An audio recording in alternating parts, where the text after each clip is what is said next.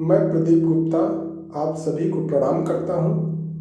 आधारशिला क्रियान्वयन संदर्शिका गणित की समझ बनाने के लिए मेरे द्वारा बनाए गए YouTube वीडियो में आप सभी का हार्दिक स्वागत, वंदन एवं अभिनंदन है।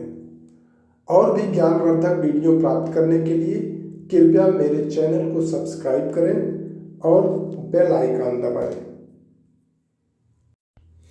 इस वीडियो में गणित शिक्षण के लिए दी जा रही आधारशिला संदर्शिका के बारे में हम गहराई से जानेंगे। जैसे हमने पिछले वीडियो में भाषा की समझ बनाई, इस वीडियो में हम गणित की समझ बढ़ाएंगे। भाषा संदर्शिका की तरह ही विभाग में हमको गणित के लिए भी 3 संदर्शिकाएं दी हैं। आधारशिला क्रियान्वयन संदर्शिका गणित कक्षा 1, कक्षा 2 और कक्षा 3। जैसे भाषा में गणित सिखाने के लिए कक्षा 1 में 3 कालांश, कक्षा 2 में 3 कालांश और कक्षा 3 में 2 कालांश निर्धारित किए गए थे। उसी प्रकार गणित के लिए भी कक्षा 1 में 3 कालांश, कक्षा 2 में 3 कालांश और कक्षा 3 में 2 कालांश निर्धारित किए गए हैं। प्रत्येक कालांश के लिए 40 मिनट का समय रखा गया है। आइए हम सबसे पहले आधारशिला क्रियान्वयन पुस्तिका की आवश्यकता क्यों पड़ी ये जान लेते हैं। अभी तक हम गणित में केवल गति बढ़ाने वाले कार्य यदि करते थे, इससे हम सभी शिक्षक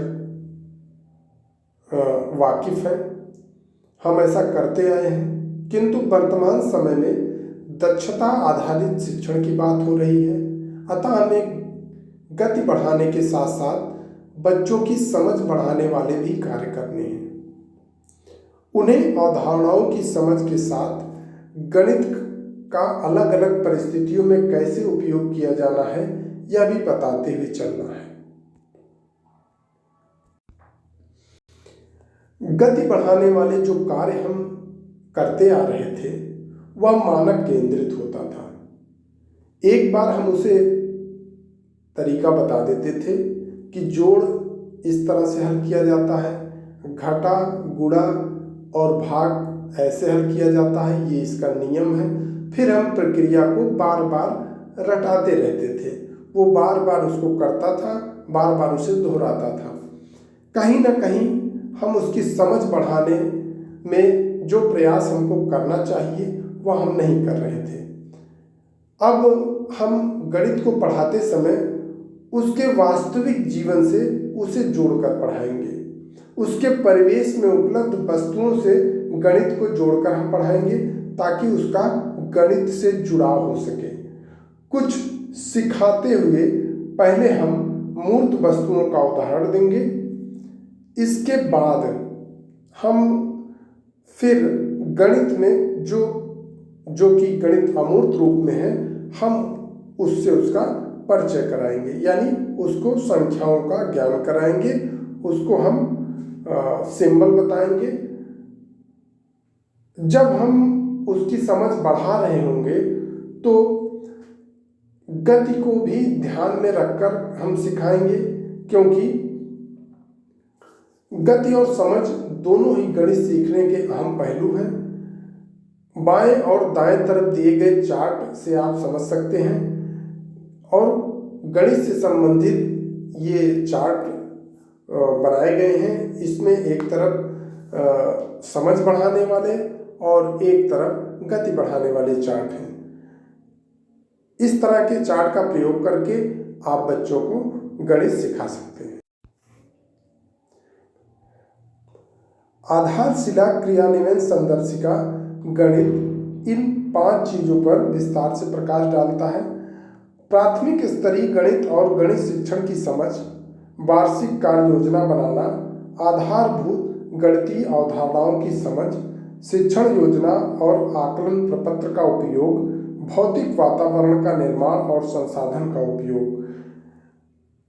ये जो संदर्शिका है इसमें प्राथमिक स्तरीय गणित और गणित शिक्षण की समझ के बारे में विस्तार से चर्चा की गई है। वार्षिक कार्य योजना इसमें बना करके बताई गई है कि किस प्रकार वर्ष भर हमको गणित किस प्रकार से सिखाना है। साप्ताहिक कार्य योजना भी इसमें बताई गई है। आधारभूत गणितीय अवधारणाओं की समझ हम कैसे बच्चों के अंदर विकसित करेंगे, इसकी भी चर्चा इसमें विस्तार पूर्वक की गई है। इसके अलावा कौन से शिक्षण योजना का हम प्रयोग करेंगे और किस आकलन प्रपत्र का हम उपयोग करेंगे, किस कार्यपत्रक का हम उपयोग करेंगे, यह सब इस कार्य पुस्तिका में, इस संदर्शिका में बताया गया है। भौतिक वातावरण का निर्माण किस प्रकार से हमको करना है और कौन कौन से संसाधन का हमको प्रयोग करना है, यह भी इस संदर्शिका में विस्तार पूर्वक बताया गया है। यहाँ कक्षा कक्ष में गणित के शिक्षण के लिए उपयुक्त दृष्टिकोण की बात कही गई है। बच्चों को हम जब भी गणित की कोई अवधारणा समझाते रहेंगे उस समय हम इन चारों तरीकों का प्रयोग क्रमशः करेंगे। इसे ही गणित सीखने का क्रम के रूप में भी हम आधारशिला हस्तपुस्तिका में पहले से ही जान चुके हैं। गणित में कुछ भी सिखाते समय हम अपने शिक्षण उद्देश्य अथवा अवधारणा को बच्चों के परिवेशी अनुभव तथा उपलब्ध चीज़ों से जोड़कर हम उसे सिखाएंगे। कुछ भी बताते समय उसके घर की भाषा में बताने की कोशिश करेंगे।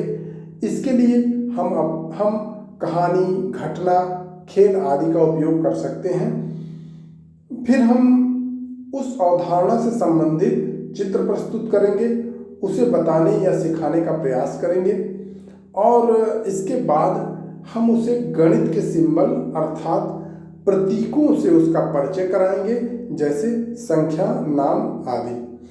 कहने का मतलब ये है कि ये जो एक्सपीरियंस, लैंग्वेज, पिक्चर, सिंबल, इनका प्रयोग हमको गणित में कुछ भी सिखाते समय, चाहे हम जोड़ सिखा रहे हैं, घटा सिखा रहे हैं, गुणा भाग जो भी सिखा रहे हैं, हम इन तरीकों का प्रयोग करेंगे। क्रमशः अगर हम इनका इस्तेमाल करेंगे, जैसे पहले हम उसको उसके परिवेश में उपलब्ध जो चीज़ें हैं उससे उसका अनुभव कराएंगे। फिर हम जो भी हम बात करेंगे उसकी बोलचाल की भाषा में हम उसकी शुरुआत करेंगे। उसके बाद धीरे धीरे हम उसे स्कूल की भाषा तक लेकर के आएंगे और अवधारणाओं को स्पष्ट करने के लिए हम अनुभवों को चित्रों द्वारा प्रस्तुत करेंगे। इसके बाद हम उसको संख्या, नाम या जो गणित में जो अमूर्त रूप में गणित है, चिन्ह, ये सब चीज़ें उसको हम बताएंगे। हम गणित सिखाते समय इन चीज़ों का प्रयोग करेंगे तो बच्चा जो है आसानी से उसे सीख जाएगा। कक्षा प्रबंधन के लिए संदर्शिका में विस्तार रूप से बताया गया है। प्रभावी कक्षा संचालन के लिए हम छात्रों की रुचि को कैसे बढ़ाएं, इससे संबंधित चीज़ें इसमें बताई गई हैं।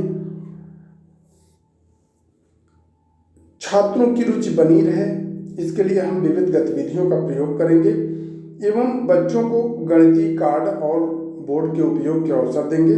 बच्चों के अनुभव को कक्षा कक्ष में शामिल करेंगे तथा उन्हें अपनी प्रगति को देखने का अवसर प्रदान करेंगे। इस प्रकार से हम कक्षा का संचालन करेंगे, तभी छात्रों की रुचि बनी रहेगी। साथ ही साथ कक्षा शिक्षण में हमको विविधता लाना है। अपने अनुसार भी हम कक्षा संचालन को और भी सीखने सिखाने के उपयुक्त बनाने हेतु विभिन्न गतिविधियों का संचालन हम कर सकते हैं। अपने द्वारा भी गतिविधियों का हम चयन करके और प्रभावी शिक्षण हम कर सकते हैं। संदर्शिका में आकलन की कार्यनीति दी गई है। आकलन की कार्यनीति और अधिगम प्रगति को लगातार देखते रहने की बात संदर्शिका में की गई है। सतत रूप से हमें सीखने का आकलन, यानी जो हम सिखा रहे हैं बच्चा ठीक से सीख पा रहा है कि नहीं, इसके अलावा सिखाने का आकलन, अर्थात जो हम उसको सिखा रहे हैं वह विधि या तकनीक प्रभावी हो रही है कि नहीं, उसमें हमें क्या परिवर्तन करने चाहिए, इसका हम सतत रूप से आकलन करते रहेंगे और इसमें परिवर्तन करके या कुछ नया जोड़ करके हम शिक्षण को प्रभावी बनाने की कोशिश करेंगे। इन्होंने संदर्शिका में वार्षिक कार्य योजना का फ्लो चार्ट भी दे रखा है, आगे हम उसको देखेंगे। ये वार्षिक कार्य योजना का फ्लो चार्ट है। इन्होंने जो संदर्शिका में वार्षिक कार्य योजना का फ्लो चार्ट दे रखा है वह उसमें बताया है इन्होंने कि प्रेरणा सूची की दक्षताओं को ध्यान में रखकर हमें कार्य करना है। दक्षताओं को इन्होंने दिखाया है कि दक्षताओं को छोटी छोटी शिक्षण योजनाओं में विभाजित किया गया है। पाठ योजना से संबंधित पाठ्य पुस्तक गिनतारा में दिए गए पाठ का भी जिक्र इन्होंने संदर्शिका में किया है। माह में दक्षता से संबंधित किस शिक्षण योजना पर कार्य करना है यह भी इन्होंने आगे चार्ट के माध्यम से ये बता रखा है। आइए हम और भी इसको समझने का प्रयास करते हैं। ये कैलेंडर देखते हैं। गणित की 14 दक्षताओं को छोटी छोटी शिक्षण उद्देश्यों में विभाजित कर 53 शिक्षण योजनाओं का वार्षिक कैलेंडर इन्होंने तैयार किया है। किस माह में किस दक्षता पर कार्य होना है इसे संदर्शिका में चार्ट के माध्यम से बताया गया है। आइए वार्षिक कार्य योजना के इस चार्ट को हम समझने का प्रयास करते हैं। सबसे पहले आप देख रहे होंगे बाएं तरफ क्रम संख्या के बाद महीना दिया गया है। इसमें सितंबर दिया गया है। जब से शुरू किया जाएगा वह महीना यहाँ आ जाएगा। कहने का अभिप्राय यह है यदि हमसे जुलाई में शुरू करने को कहा जाता है उस दशा में हम यहाँ जुलाई रखकर कार्य करेंगे। इसके बाद येलो कोड दिया गया है M101 यानी गणित कक्षा 1 की पहली दक्षता। इसके बाद दक्षता लिखी है। इस दक्षता को प्राप्त करने के लिए 9 शिक्षण योजनाएं बनाई गई हैं। किस प्रकार से शिक्षण योजना बनानी है इसकी रूपरेखा संदर्शिका में दी गई है। इसके बाद इन 9 शिक्षण उद्देश्यों से संबंधित शिक्षण योजना का प्रारूप पृष्ठ संख्या सहित संदर्शिका में दिया गया है। इसकी मदद से हम शिक्षण योजना तैयार करेंगे। इसके बाद किस शिक्षण उद्देश्य के लिए कौन सा कार्यपत्रक अभ्यास के लिए प्रयोग करना है यह भी पृष्ठ संख्या सहित दे दिया गया है। यह पृष्ठ संख्या संदर्शिका की पृष्ठ संख्या को बताने के लिए यहाँ पर दी गई है। इसके अनुसार हम पहले माह में एक दक्षता को 9 शिक्षण योजनाओं में बांटकर हम कार्य करेंगे।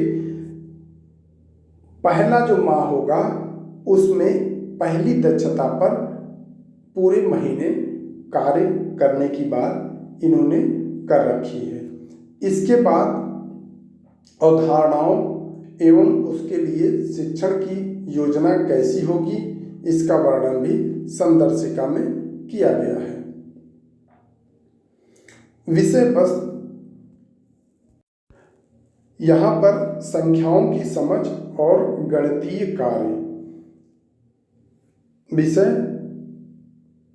संख्यापूर्ण अवधारणा, इस पर इन्होंने ये कार्य योजना बना करके दी है। इसमें दक्षताओं के बारे में इन्होंने बता रखा है, विषय वस्तु अपेक्षित ज्ञान के बारे में बता रखा है और कार्य योजना के अंतर्गत किस TLM का प्रयोग करना है यह भी इन्होंने बता रखा है। ये जो M101 यानी जो पहली दक्षता है, जब हम इस पर कार्य करते रहेंगे तो उस समय हमें कार्य योजना के अंतर्गत कौन से TLM का प्रयोग करना है यह भी इन्होंने बताया है। इसमें देखिए, आप अगर ध्यान दीजिए, इसमें लिखा हुआ है कि आपको 3D सामग्री कार्डबोर्ड का प्रयोग नहीं करना है। जब आप पहली दक्षता पर कार्य कर रहे होंगे तो आपको केवल पोस्टर कोड का प्रयोग करना है। CM01 से लेकर के CM05 तक, यानी कॉन्सेप्ट ऑफ मैथमेटिक्स 01 से लेकर के 05 तक के चार्ट का आपको प्रयोग करना है। इसके अलावा इन्होंने किस सप्ताह में किस शिक्षण उद्देश्य पर कार्य होगा यह भी इन्होंने बता रखा है। जैसे पहले सप्ताह में कम ज़्यादा, दूसरा सप्ताह दूर पास छोटा बड़ा, तीसरा सप्ताह आगे पीछे ऊपर नीचे, चौथा सप्ताह हल्का भारी, लंबाई मोटाई, और पांचवा सप्ताह आकार और वजन बंटवारा। इस शिक्षण उद्देश्यों पर काम होगा। शिक्षण योजना बनाते समय पाठ्य पुस्तक का पाठ, कार्य पुस्तक के पेज, आवश्यक संसाधन, शिक्षण विधि का प्रयोग, शिक्षण का उद्देश्य, शिक्षण अधिगम, गणितीय विषय अवधारणा, आवश्यक पूर्व ज्ञान, शिक्षण योजना में आए नए शब्द, शिक्षण दक्षता से संबंधित सामान्य भूल, 2 गतिविधियाँ, गृह कार्य पर बातचीत, गृह कार्य के दौरान आकलन हेतु सुझाव। यह सभी चीज़ों को लेकर के हमें शिक्षण योजना तैयार करनी है। इसका प्रारूप दिया गया है। जब आप संदर्शिका को ध्यानपूर्वक पढ़ेंगे तो उसमें आप देखेंगे कि सभी शिक्षण उद्देश्यों से संबंधित शिक्षण योजनाओं का प्रारूप इसमें दिया गया है। जो शिक्षण योजनाओं का प्रारूप बना है उसमें शिक्षण उद्देश्य, अधिगम प्रतिफल, संसाधन, पूर्व ज्ञान, 2 गतिविधियाँ, कौन से TLM का प्रयोग करना है, और गृह कार्य, आकलन चिंतन के लिए सुझाव, यह सब चीज़ें दी गई हैं। हर शिक्षण योजना से संबंधित शिक्षण योजना कैसे बनानी है इसकी रूपरेखा इसमें संदर्शिका में दी गई है। आप संदर्शिका में देख करके अच्छी से अच्छी शिक्षण योजना आप तैयार कर सकते हैं और बच्चों को गणित सिखा सकते हैं। अभ्यास के लिए हर शिक्षण उद्देश्य से संबंधित कार्यपत्रक संदर्शिका में दिया गया है। जैसे यह कार्यपत्रक आकार व वजन की समझ बनाने के लिए प्रयोग में लाया जाएगा। इसके साथ साथ संदर्शिका में शिक्षण अधिगम संप्राप्ति पत्रक भी दिया गया है। इसकी चर्चा हम आगे करेंगे। यह रहा शिक्षण अधिगम संप्राप्ति पत्रक। यह पत्रक दक्षता पर आधारित होगा। इसमें एक तरफ बच्चे का नाम, दूसरी तरफ संप्राप्ति से संबंधित शिक्षण उद्देश्य लिखे हैं। जो बच्चा स्वयं कार्य कर पा रहा होगा, यानी बिना किसी के मदद के अगर वह कार्य कर रहा होगा, तब हम उसके नाम के आगे A लिख देंगे। यदि उसे किसी और की मदद लेने की आवश्यकता पड़ रही होगी तो वहाँ हम B लिख देंगे उसके नाम के आगे। यदि उसे अत्यधिक मदद की आवश्यकता पड़ रही होगी तब हम उसके नाम के आगे C लिख देंगे। इस प्रकार से इस शिक्षण अधिगम संप्राप्ति पत्रक को भरना है। यह आधारशिला क्रियान्वयन संदर्शिका आधारित गणित शिक्षण नियोजन चार्ट है। इन 5 बिंदुओं में जिस शिक्षण सामग्री का उल्लेख किया गया है उसके आधार पर ही हम दैनिक रूप से बच्चों को गणित सिखाने का कार्य कराएंगे। हमें ये सब चीज़ें ध्यान में रखते हुए उसे गणित सिखाना है। यह जो गणित का जो ये गणित आधारशिला क्रियान्वयन जो संदर्शिका की चर्चा यहाँ पर की गई है, इसका विस्तृत ज्ञान यदि आपको प्राप्त करना है तो आप आधारशिला क्रियान्वयन संदर्शिका गणित को विस्तार पूर्वक पढ़ें और अपनी समझ को बढ़ाएं। बहुत बहुत धन्यवाद।